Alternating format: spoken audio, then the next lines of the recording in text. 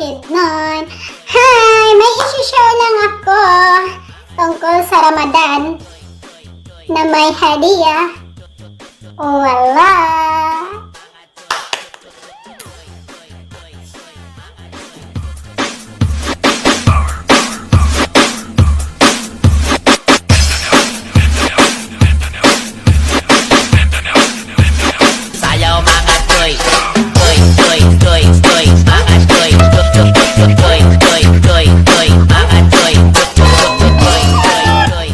Welcome back! This is it daw. Binigyan ako ng... Tcharam!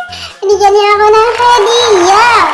Yung parati niya binibigay sa amin dalawa ng kasama ko. Binibigyan niya kami ng damit. Binibigyan niya kami ng damit. Kaso,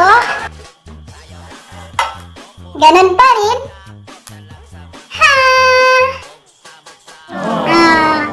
Kasya pa rin sa higante. Kaya, try nating suotin to. Try nating suotin. Ito yun, Yan yung bigay nyo. Diba? Ang laki.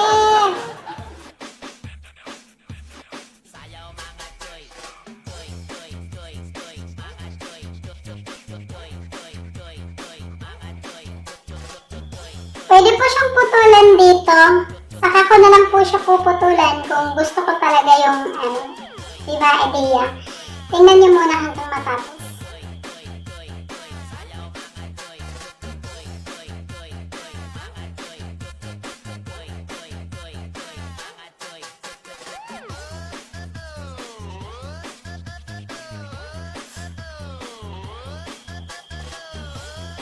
Ayos! Diba? Kita nyo kung ano yung sinuot ko ngayon. Ito yung binigay na hadiah ng nanay ko. Kasi daw yung una, yun yung binigay niya sa amin na nagsisimula pa daw yung Ramadan. At saka ito na yung Eid. Pero every Ramadan at saka Eid Mubarak, may mga kasiyahan dito. Binibigyan niya kami ng damit. Yun nga lang, ganito. Parang yung gusto niyang ibigay sa iba na puro malalaki, walang maliliit. Pero it's okay because may natanggap kami. Wala naman yun sa matatanggap diba? Basta may sahod lang always, yun na. Bonggang-bongga sa mga OFW, ang may sahod lang may sahod lang every month. End of the month, yun na. Yun na ang nagpapawala sa amin ng pagod para sa pamilya. So that's it. Shinare ko kung ano yung binigay ng amo. Ayan, yun na. So nagbigay ang nanay ko ng hadiah.